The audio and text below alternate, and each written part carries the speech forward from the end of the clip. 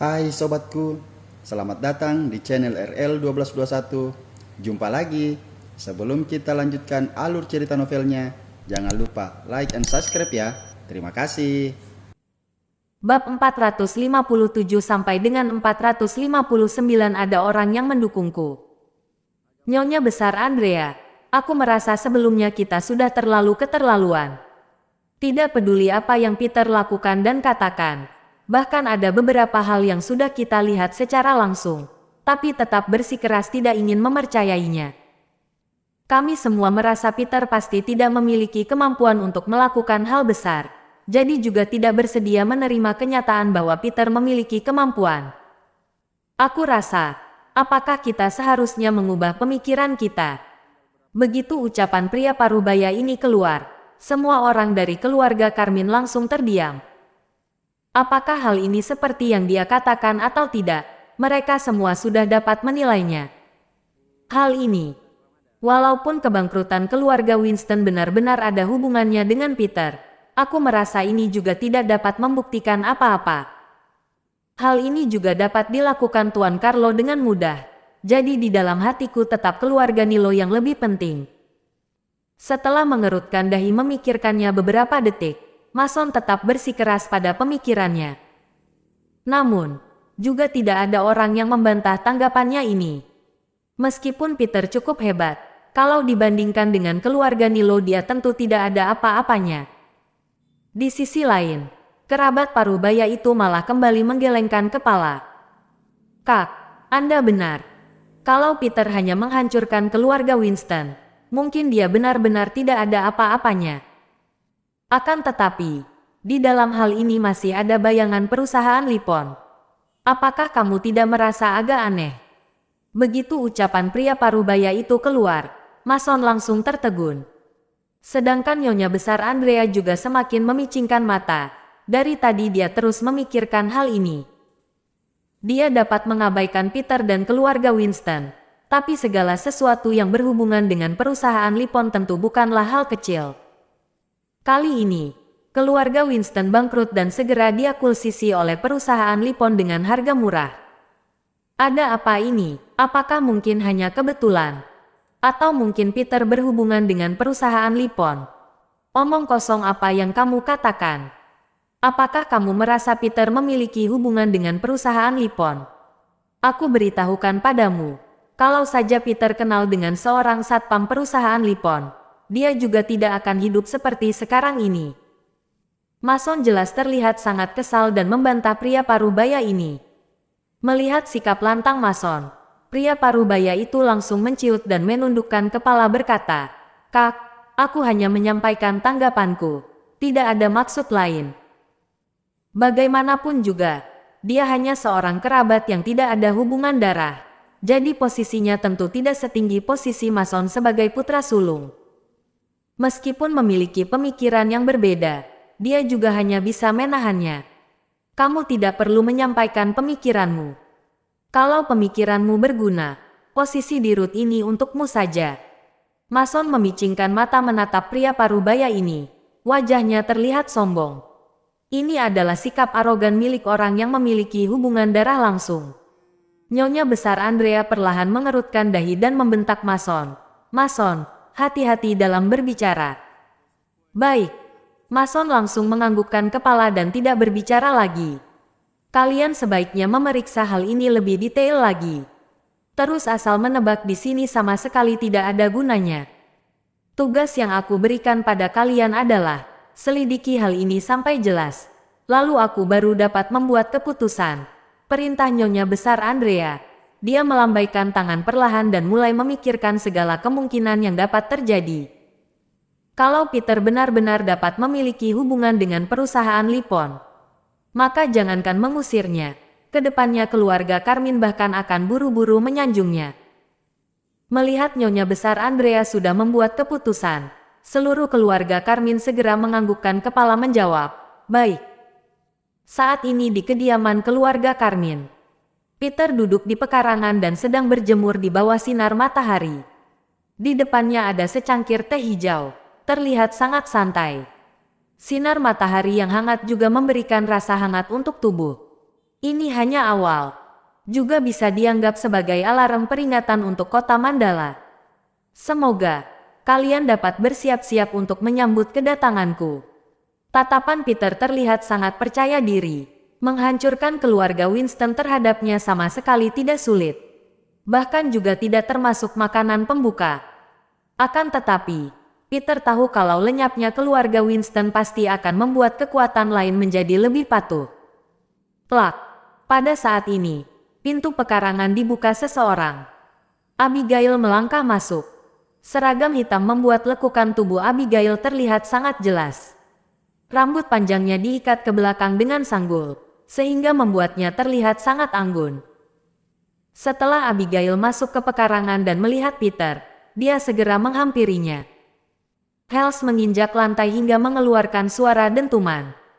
Peter perlahan menoleh ke arah Abigail dan tidak bisa menahan untuk memujinya dalam hati. Bibir merah, gigi putih dan wajah yang indah. Pria normal manapun pasti akan sangat jatuh hati. Bukan tidak ada alasannya Abigail dapat disebut sebagai wanita tercantik di kota Mandala oleh banyak orang. Bahkan setelah memiliki calon suami, tetap masih banyak orang yang menyukainya. Kamu, apa yang kamu lihat? Abigail sepertinya ada urusan penting untuk mencari Peter.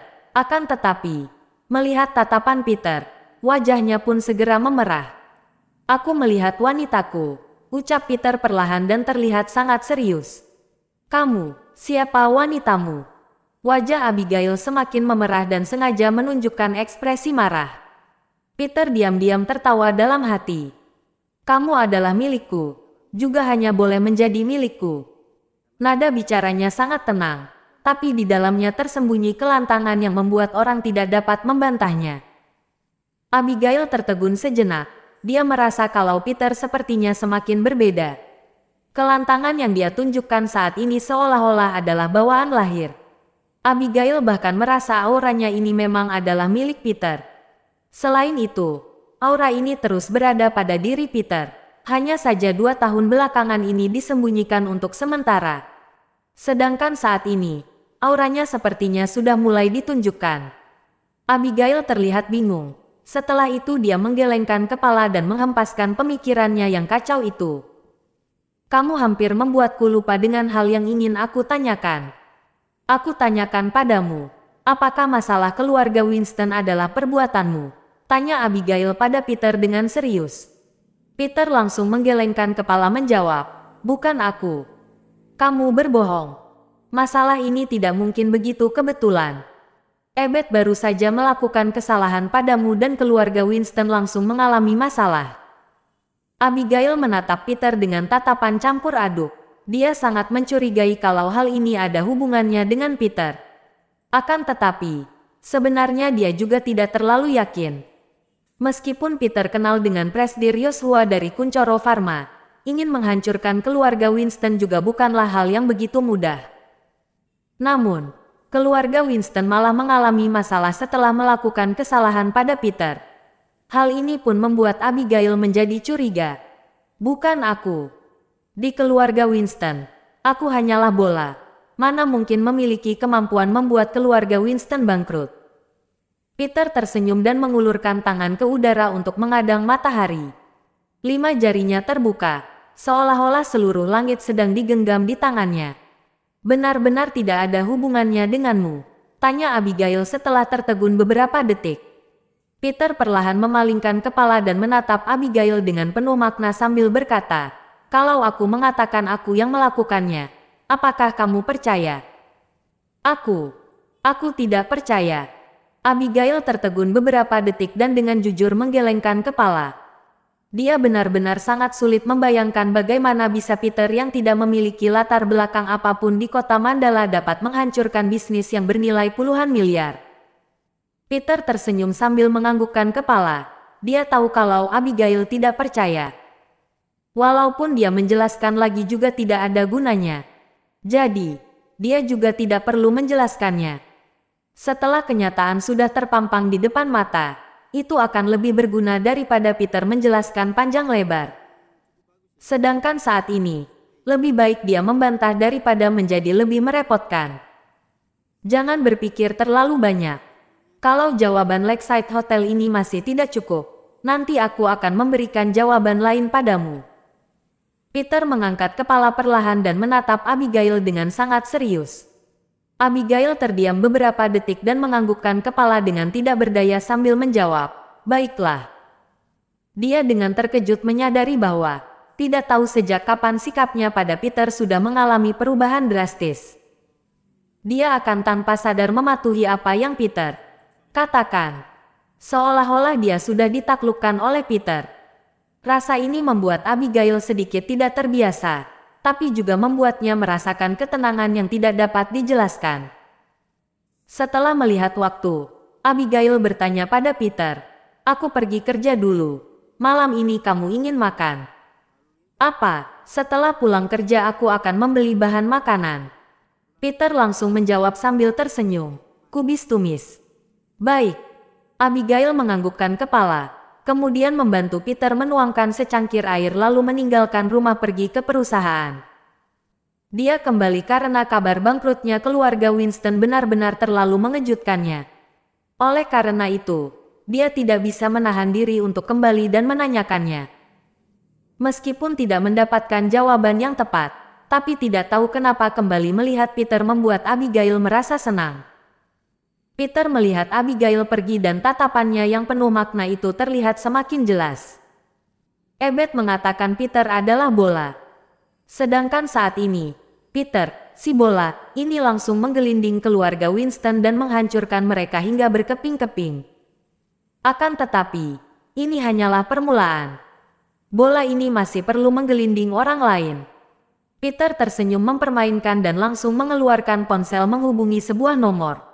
Orang yang seharusnya dihabisi, tentu harus dihabisi satu persatu. Gedung perusahaan Lipon, Kota Mandala. Kenzo mengendarai mobil barunya dan perlahan berhenti di bawah kantor. Mobil ini diberikan Carlo padanya. Hanya perlu bekerja sama dengan Carlo untuk mengatakan sesuatu dan sudah bisa mendapatkan mobil mewah. Kenzo tentu tidak akan menolaknya. Pintu mobil dibuka. Kenzo keluar dari mobil dan mengulurkan tangan merapikan bajunya. Dia mengenakan jas jahitan tangan. Bahannya sangat bagus dan sangat pas dengan tubuhnya. Akan tetapi, penampilan Kenzo sekarang benar-benar membuat orang tidak berani bersikap tidak hormat padanya.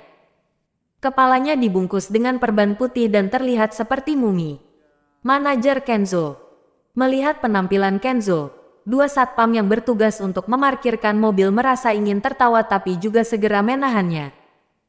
Bagaimanapun juga, Kenzo sebagai profesor kedokteran tamatan luar negeri tentu sangat dihargai di perusahaan Lipon. Kemarin dia terluka dan masuk rumah sakit. Banyak petinggi perusahaan Lipon yang pergi menjenguknya. Bahkan wakil CEO Rico juga pergi menjenguk Kenzo secara pribadi. Statusnya ini tentu tidak bisa dibandingkan dengan satpam perusahaan ini. Kenzo sudah menyadari keanehan ekspresi dua satpam ini, tapi karena suasana hatinya sedang bagus, dia juga malas menghiraukan mereka. Brum. Di saat Kenzo ingin memasuki perusahaan, dari belakang tiba-tiba ada mobil yang melaju cepat ke arahnya dan hampir saja menabrak kaki Kenzo. "Bagaimana kamu mengendarai mobil? Apakah kamu buta?"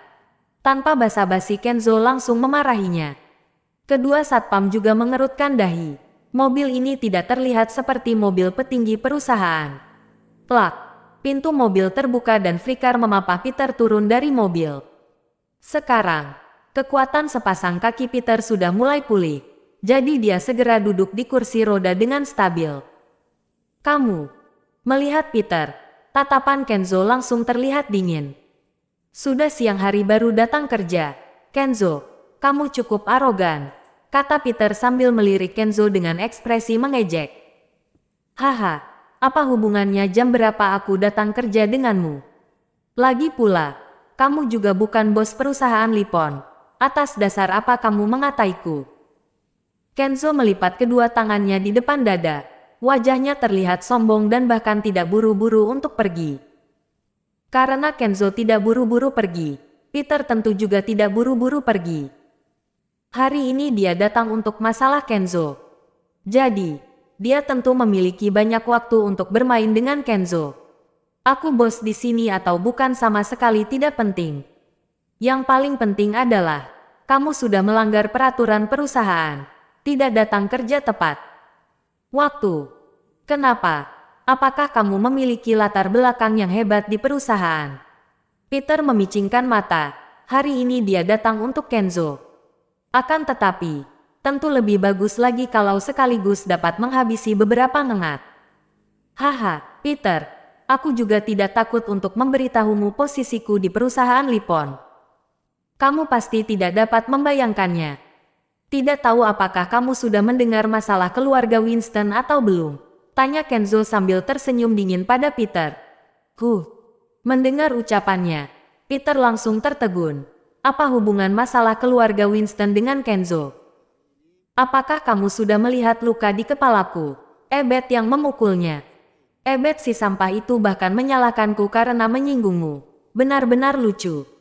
Tapi, tidak masalah. Semalam dia memukulku. Hari ini keluarga Winston sudah langsung dihancurkan oleh perusahaan Lipo. Selain itu juga kami akuisisi dengan harga rendah. Apakah sekarang kamu sudah paham?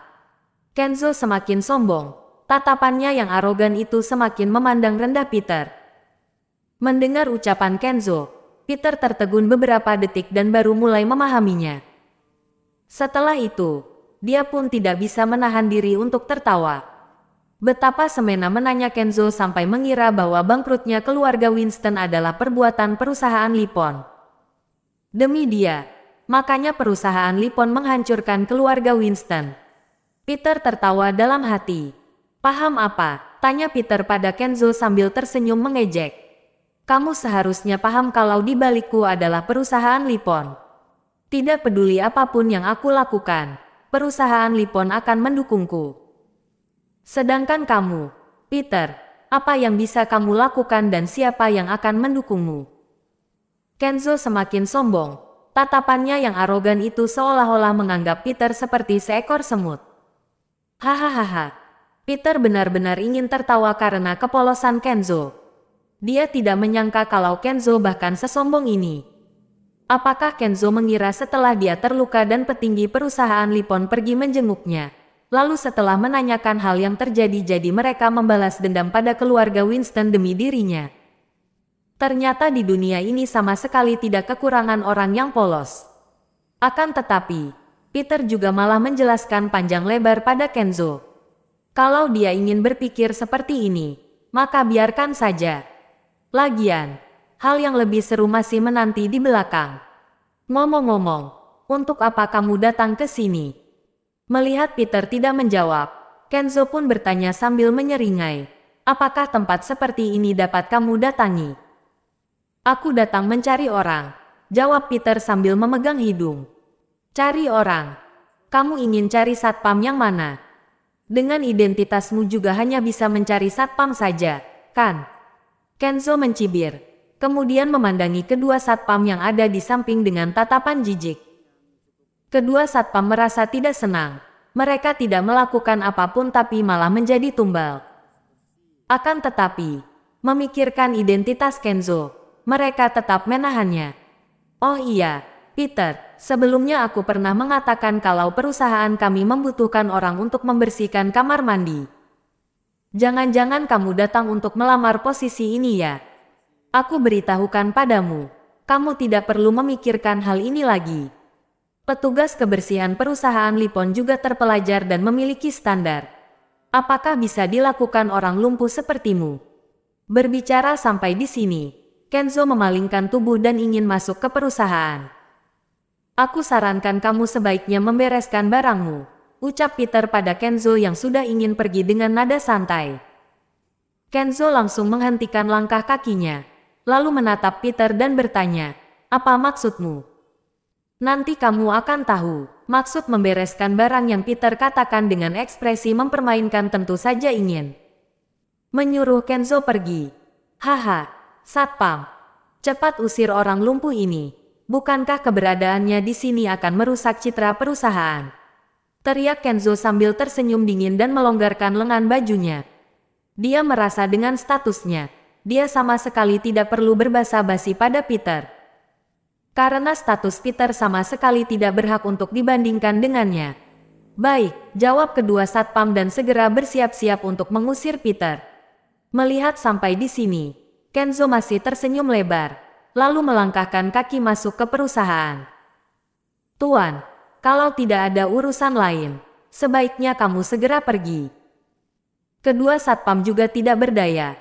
Bagaimanapun juga mereka harus mendengar perintah Kenzo. Aku mencari orang. Peter terlihat sangat tenang dan langsung memutar kursi roda menuju perusahaan. Akan tetapi, kedua satpam segera mengadang di hadapan Peter. Tuan, jangan menyulitkan kami. Kalau ingin menemui petinggi perusahaan kami, Anda perlu membuat janji terlebih dahulu. Kalau ingin menemui karyawan biasa, kamu bisa mengatakan namanya. Aku akan pergi memanggilnya untukmu. Satpam ini masih cukup sungkan dan berkata pada Peter dengan nada pelan. Aku cari Damian. Suruh dia keluar. Balas Peter sambil mengeluarkan ponsel dan ingin menelepon. Damian, departemen apa? Sepertinya tidak orang ini di perusahaan kami. Salah satu satpam mengerutkan dahi dan langsung merasa kalau Peter datang membuat kekacauan. Akan tetapi, begitu ucapannya keluar, satpam lainnya langsung menariknya ke samping. Apakah kamu sudah gila? Presdir Damian, bos besar perusahaan kita, ucap satpam ini dengan nada pelan dan wajahnya terlihat terkejut.